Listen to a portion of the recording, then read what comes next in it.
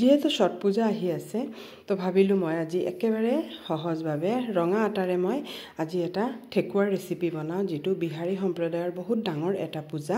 আৰু তাৰ কাৰণে মই ৰঙা আটা 1 কাপ লৈছোঁ আৰু আপোনালোকৰ ইচ্ছা বগা আটাও ল'ব পাৰে আৰু মই 1/4 কাপতকৈ অলপ সুজি লৈছোঁ আৰু এই দুইখিনি ভালকৈ মই চালি ল'ম তেতিয়া সুজি আৰু আটা দুইখিনি খুব ভালকৈ মিক্স হৈ যাব আৰু ইয়াত লৈছোঁ মই অলপ নিমখ যেহেতু মিঠা বস্তু বনাম আৰু গৰু ঘিউ লৈছোঁ এইটো একচুয়ালি কমপ্লিট গৰু ঘিউত বনোৱা হয় মানে হেৰি মঠাৰ পৰা একেবাৰে ভজালৈকে গৰু ঘিউতে বনোৱা হয় তেতিয়া বেছি টেষ্টি হয় কিন্তু এনেই টেষ্টি হয় এটো আৰু ইমানটো গৰু ঘিউ কত পাম সেই কাৰণে মই অকল মঠুতেহে ব্যৱহাৰ কৰিছোঁ আৰু এতিয়া এই ধৰণে এটো মিক্স কৰিব লাগিব যাতে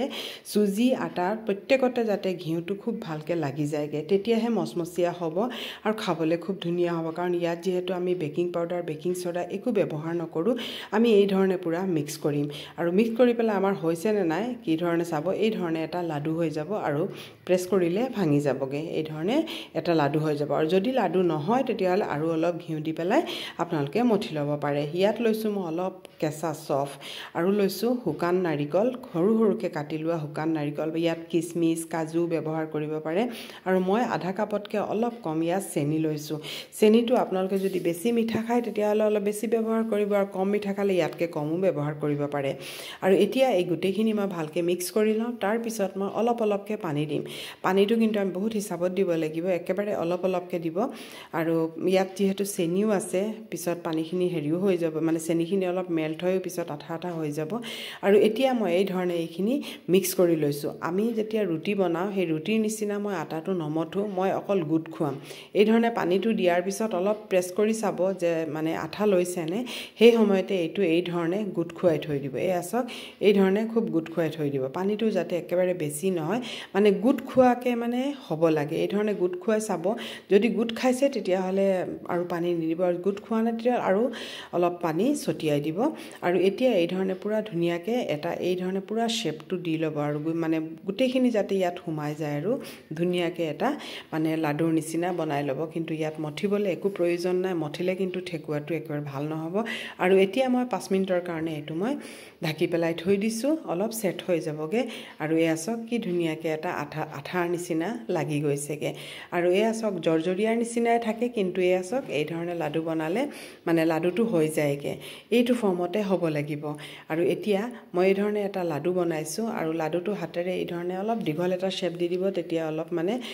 সহজ হয় আৰু আগটো মই অলপ জুঙা কৰিছো যেহেতু মোৰ ওচৰত ফ্ৰেম নাই সেই কাৰণে মই এই ধৰণে এনেই নৰমাল মানে ঘৰত আমি বনাইছো আৰু এতিয়া এইটো অলপ মই প্ৰেছ কৰি দিছো আৰু এইটো ইমান পাতলও হ'ব নালাগে আৰু ইমান মোটাও হ'ব নালাগে এটা এই সাইজৰ হ'ব লাগে এতিয়া মই কটাৰী এখন লৈ পেলাই এইটো এই ধৰণে মই কাটি দিছো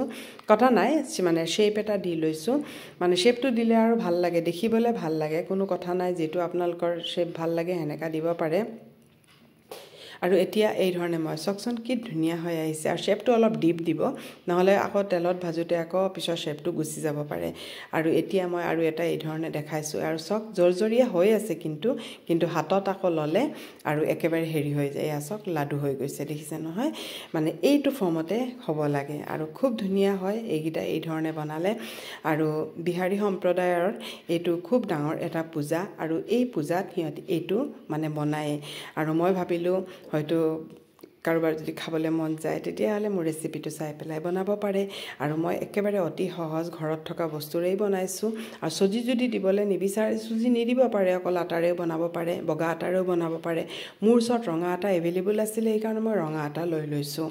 আৰু যেটো একেবাৰে হেলদিও হয় আৰু এতিয়া তেলখিনি মানে ইমান গৰম নহয় আৰু দিউতে আপোনালোকে গম পাইছে নিশ্চয় ইমান গৰমও নহয় এই ধৰণে মই গুটেখিনি দি দিছো গুটেখিনি নহয় আধাখিনি দিছো মই আৰু লগে লগে দি পেলাই লৰাই নিদিব আৰু মই অলপ পিছে মানে অলপ লৰাই দিছিলো আৰু এতিয়া অলপ উলুটাই পেলাই চালু না অলপ টান হৈছে সেই সময়তে মই এইখিনি লুটিয়াই মেলি দিছো এই ধৰণে লুটিয়াই মেলি দি পেলাই আৰু অলপ দেৰি ৰাখিব লাগিব আৰু এইটো কমপ্লিট মানে লো ফ্লেমত হ'ব আৰু যেতিয়া এবাৰ লুটিয়াই দিব তেতিয়া ফ্লেমটো অলপ হাই কৰি দিব মিডিয়ামটো অলপ হাই কৰি দিব আৰু তেতিয়া অলপ ধুনিয়াকে কালাৰ আহিব কালাৰটো কিন্তু খুব ধুনিয়া কাৰণ চেনি আৰু এটা কথা চেনি কিন্তু পাউডাৰ কৰি নিদিব দেই চেনি গুটাকে দিব তেতিয়াহে কেৰামেল হৈ পেলাই খুব ধুনিয়া এটা কালাৰ আহে দেখিছে নহয় এটা কালাৰ আহে আৰু নমোৱাৰ পিছতো বেছি কালাৰ ইয়াতে নকৰিব কাৰণ নমোৱাৰ পিছতো এইটো অলপ অলপ কালাৰ আহি যায়গে সেইকাৰণে মই ইমানখিনি কালাৰ থাকোঁতে এইটো নমাই থৈ দিলোঁ ঠাণ্ডা হোৱাৰ পিছত আৰু ধুনীয়া এটা কালাৰ আহি যাবগে আৰু এইখিনি চব গোটেইখিনি হৈ গ'লগে আৰু পিছৰখিনি মই এই ধৰণে গোটেইখিনি ভাজি ল'লোঁ এইখিনি আমাৰ গোটেইখিনি হৈ গ'লগে দেখিছে নহয় ইমান ধুনীয়া হৈছে আৰু বহুত